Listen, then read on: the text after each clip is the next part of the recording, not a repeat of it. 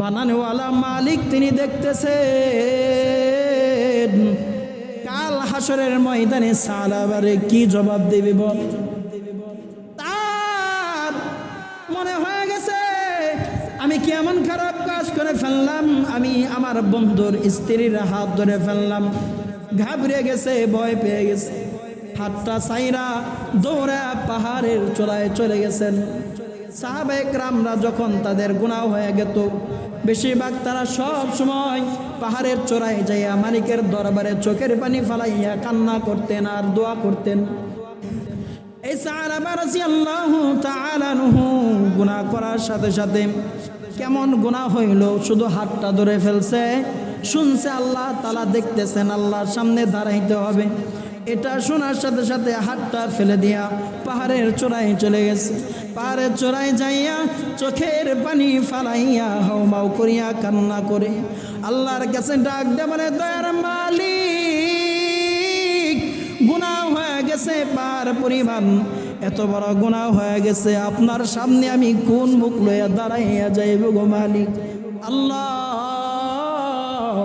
আপনি আমার হাতের জিন্দেগানি গুনাহ খাতাগুলোকে মাফ করিয়া দেন। হাওমাও করিয়া কান্না করে আর মালিকের দরবারে সব বলতে শুরু করে দেয়। হঠাৎ করে যোদ্ধা থেকে সমস্ত সাহাবায়ে কেরাম নবী সহ মদিনায় ফিরে আসছেন। সাদ রাদিয়াল্লাহু তাআলা আনহু তার নিজ বাড়িতে চলে গেছে। যাওয়ার পর বিবিকে ডাক দেওয়া বলে, বিবি আমার ভাই আমার বন্ধু সালাবা কোথায়?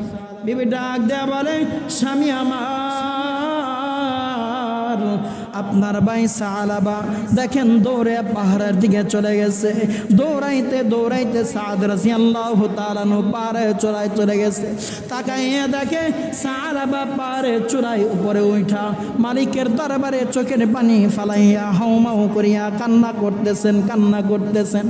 দৌড়ে হাতটা ধরে ফেলছেন। সালাবারে কেন এত চোখের পানি ফালাইয়া কান্না করস আমি বুঝতে পারলাম না। এই বনিয়া ডাক দেয়, সালাবা চোখের পানি বন্ধ করে না, জবান দ্বারা আওয়াজ বন্ধ করে না, বল না রে ভাই আমার কেন চোখের পানি ফালাইয়া হাউমাউ করিয়া কান্না করস বুঝতে পারলাম না।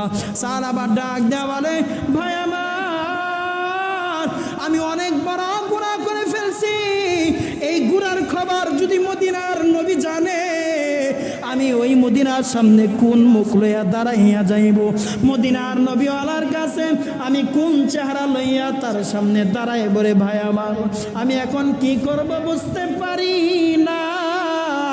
এই বলিয়া চোখের পানি ফালাইয়া কান্না করে ডাক দে বলে, সালাবা চল আমার সাথে চল, মদিনার নবীর দরবারে চলে যাই। নবীর দরবারে যাইয়া সব কিছু খুলিয়া বল, নবী যদি কোনো সাজেশন দিয়ে দেয় তাহলে হয়তো ভালো হয়ে যাইবে। কয় না রে ভাই, আমি সালাবা আমার নবীর সামনে দাঁড়াইতে পারবো না। এই বলিয়া চোখের পানি ফালাইয়া কান্না করতেছেন। কয় হ্যাঁ যদি লইয়া যাও আগে আমাকে আবু বকরের দরবারে লইয়া যাও, আবু বকর যদি নবীর কাছে যাওয়ার আগে যদি কোনো সাজেশন দেয়, যদি কোনো পরামর্শ দেয় তাহলে হয়তো অনেক ভালো হয়ে যাবে। মালিকের দরবারে নবীর কাছে যাওয়ার আগে আমি ক্ষমা চেয়ে লইব। এই বলিয়া আবু বকর রাদিয়াল্লাহু তাআলা আনহুর কাছে রওনা হবে। অমনি সালাবা ডাক দেওয়ারে, ভাই আমার এইভাবে আমাকে হাত ধরিয়া তার কাছে লইয়া যাও না, আমাকে এমন ভাবে লইয়া যাও, আমাকে এমন ভাবে লইয়া যাও যেন শিকল দ্বারা দড়ি দ্বারা বাঁধিয়া টানিয়া লইয়া যাও, যেন মক্কা মদিনার মানুষ যেন তাকাইয়া দেখে আমি একটা বড় অপরাধী, তারা যেন চিন্তা করে আমি একটা বড় অপরাধী। যেমন জেলখানার কয়েদিকে রশি দ্বারা বাঁধিয়া শিকল দ্বারা বাঁধিয়া টানিয়া তারা জেলখানার দিকে লইয়া যায়, আমাকে তোমরা শিকল দ্বারা দড়ি দ্বারা বাঁধিয়া টেনে ওই আবু বকরের দরবারে লইয়া যাও। এই বলিয়া চোখের পানি ফেলাইয়া কান্না করতেছেন।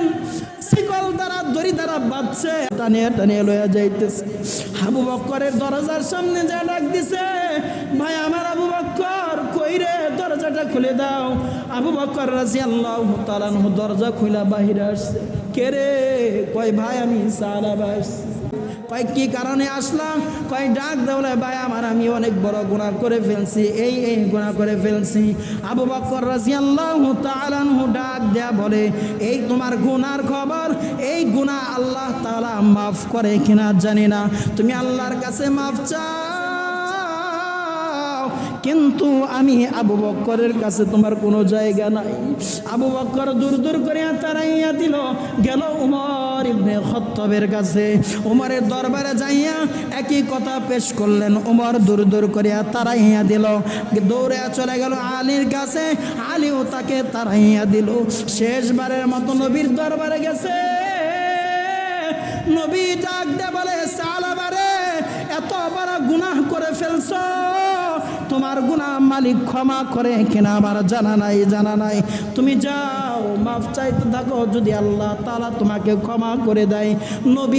নবীর দরবারে থেকে নবীজিও আমাকে তাড়াইয়া দিল।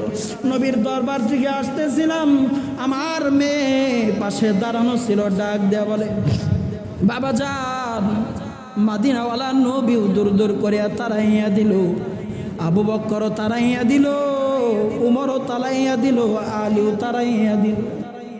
আর আমি তোমার মেয়ের ঘরেও তোমার জায়গা হবে না, যেহেতু নবী রাখে নাই, আবু বকর রাখে নাই, আলী রাখে নাই, উমর রাখে নাই, আমি মেয়ে কি করে তোমাকে জায়গা দেই বলো? এই দুঃখ কষ্ট লইয়া আমার দৌড়িয়া পাহাড়ের চূড়ায় চলে গেছে। হাউমাউ করিয়া চোখের পানি ফালাইয়া কান্না করে আর মালিকের দরবারে ডাক দেবে, দয়ার মালিক, গুনাহ হয়ে গেছে পার পরিমাণ, এত বড় গুনাহ করে ফেললাম, আপনি আমার হায়াতের জিন্দেগানি গুনাহ খাতাগুলোকে মাফ করিয়া দেন। আবু বকরের দরবারে গেলাম, আবু বকর তাড়াইয়া দিছে। উমরের বাসে গেলাম, উমরও আমাকে তাড়াইয়া দিল। আলীর কাছে গেলাম, আলীও আমার তাড়াইয়া দিছে। আমার মদিনাওয়ালা নবীর কাছে গেলাম, আমার মদিনাওয়ালা নবী আমাকে তাড়াইয়া দিল। আমার মেয়ে আমাকে জায়গা দেয় নাই, তোমার আশ্রয় ছাড়া আমার আর কোনো আশ্রয় নাই। দয়ার মালিক, আপনি আমাকে মাফ করিয়া দেন। একদিন না, 2 দিন না, 3 দিনও হয়ে গেছে। আল্লাহ তাআলার পক্ষ থেকে জিব্রাইল আলাইহিস সালাতু ওয়াস সালামের মাধ্যমে ওহী লইয়া জিব্রাইল নবীর কাছে গেছে। ও নবী পয়গম্বর, সাহাবাকে কেনই বা আপনার দরবার থেকে আপনি তাড়াইয়া দিলেন? আপনি ক্ষমতাওয়ালার মালিক আল্লাহ তাআলা, ক্ষমা করনেওয়ালা আল্লাহ তাআলা, তিনি ক্ষমাশীল, তিনি দয়ালু, তার মতো দয়ার মালিক আর কেউ নাই, তার মতো ক্ষমতাওয়ালাও আর কেউ নাই। আল্লাহ তাআলা ক্ষমাশীলকে ভালোবাসেন, তওবাকারীকে ভালোবাসেন। নবী পয়গম্বর তাড়াতাড়ি সাহাবার দরবারে খবর পাঠান, সাহাবাকে আল্লাহ তাআলা ক্ষমা করে দিয়েছেন। মদিনাওয়ালা নবী ডাক দিয়ে বলেন, এই কে কোথায় আসছিস রে? যা যা দৌড়ে চলে যা। উমর রাদিয়াল্লাহু তাআলা ডাক দিয়ে বলেন, ও নবী পয়গম্বর, আমি যাব সাহাবাকে আনতে। আবু বকর ডাক দিয়ে বলে, আমি যাব সাহাবাকে আনতে। আলী বলেন, নবী আমিও যাব সাহাবাকে আনতে। সালমান ফারসি ডাক দিয়ে বলেন, তিনি অনেক মুরব্বী বয়স্ক সাহাবী, কয় আমি বয়স হয়ে গেছে, আমিও আমার সাহাবাকে আনার জন্য চলিয়া যাব। এই সাহাবীগুলা দৌড়ে চলে গেছে, পাহাড়ের চূড়ার দিকে রওনা হয়ে গেছে। খোঁজ করতেছেন, কোথাও পাইতেছেন না। হঠাৎ করে দেখে একজন লোক পাহাড়ের আশপাশে ঘোরাঘুরি করতেছেন। ডাক দিয়ে বলেন, এই ভাই আমার, একটু দাঁড়াইয়া যাও, আমাদের কথা শুনিয়া যাও। ডাক দেবার কি সমস্যা বলো? কয় এই জায়গায় এত এরকম লম্বা, এরকম চেহারা, এই বডিটা এরকম লোকটা কি কোনো সময় এই দিক দিয়ে ঘোরাঘুরি করতে দেখেছ? ডাক দে বলে, না না, কাউকে ঘোরাঘুরি করতে দেখি নাই, কিন্তু গভীর রাত হয়ে গেলে পাহাড়ের চূড়ায় থেকে হাউমাউ করিয়া কান্নার আওয়াজ আমাদের কানে চলে আসে। শুধু কানে চলে আসে না, তার কান্নার আওয়াজের কারণে আমার ঘরের সন্তানগুলাও ঘুমাইতে পারে না। আমার ঘরের সন্তান তার কান্নার আওয়াজের কারণে ঘুমাইতে পারে না। গরু ছাগলগুলাও ঘুমাইতে পারে না গো। আবু উমর রাদিয়াল্লাহু তাআলা ডাক দেয়া বলে, আর বুঝতে বাকি নাই রে, সাহাবা ছাড়া আর কেউ না। দৌড়ে পাহাড়ের চড়াই চলে গেছে। যাওয়ার পর অন্ধকার নেমে আসছে, রাত গভীর হয়ে গেছে। ডাক দে বলে সাহাবা চল রে মদিনায় চল, নবী পাঠাইয়াছে। কয় না আমি যাব না, আমার আল্লাহ তাআলা কি আমাকে ক্ষমা করছেন কিনা আমাকে বলো। কয় নবী পয়গাম পাঠাইছে, আল্লাহ তাআলা তোমাকে মাফ করিয়া দিছে। এরকম বলিয়া যখন তার হাতটা ধরে ফেললেন, ডাক দে বলে তোমার আওয়াজ শুনিয়া আমি চিনতে পারলাম তুমি উমর। এই বলিয়া তাদের সাথে মদিনার দিকে রওনা হয়ে গেছে। গভীর রাত, ওই মসজিদের নববীতে ঢুকার আগে ফজরের নামাজ শুরু হয়ে গেছে গো। ফজরের নামাজে দাঁড়াইয়া গেছে। নবীজি নামাজের ইমামতি করতেছিলেন। নবীজি নামাজের মসনদে দাঁড়াইয়া কোরআনের আয়াত তেলাওয়াত করতেছিলেন। আলহাকুমুত তাকাসুর হাত্তা যুরতুমুল মাকাবির, আলহাকুমুত তাকাসুর। এই আয়াত যখন তেলাওয়াত নবী করলেন, সাহাবা অনেক জোরে আওয়াজ দিলেন আহ বলিয়া, মনে হয় বুকটা ফেটে গেল, এমন জোরে আওয়াজ দিছে সাহাবা। আবার নবী যখন তেলাওয়াত করলেন হাত্তা যুরতুমুল মাকাবির, সাহাবা এমন জোরে বিকটভাবে আওয়াজ দিছেন, এক আওয়াজে দুনিয়া থেকে বিদায় হয়ে গেছে, নামাজের মস্তক থেকে পড়ে গেছে। নামাজ শেষ, নবী ডাক দে বলে সাহাবা, নবী ডাক দে বলে সাহাবা একরাম তাড়াতাড়ি সাহাবার মাথায় পানি দাও, পানি দাও। সাহাবা একরাম যখন সাহাবাকে স্পর্শ করলেন, ডাক দে বলে নবী পয়গম্বর সাহাবার দুনিয়ার মধ্যে জিন্দা নাই, সাহাবা দুনিয়া ত্যাগ করে ফেলছে।